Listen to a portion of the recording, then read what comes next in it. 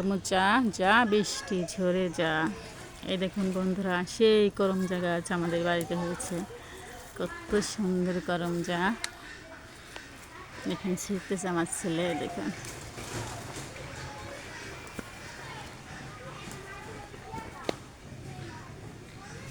এই যে গাছটা, এটা নেও।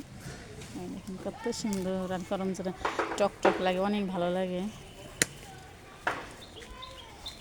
এখানে ধরছে অনেক সুন্দর।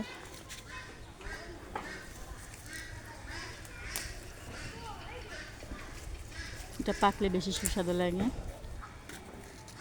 দেখুন গাছটা কত সুন্দর, মানে এখনো পাকে ছেড়ে নাই, কম ছিঁড়ছে, আরও আছে অনেকে। দেখেন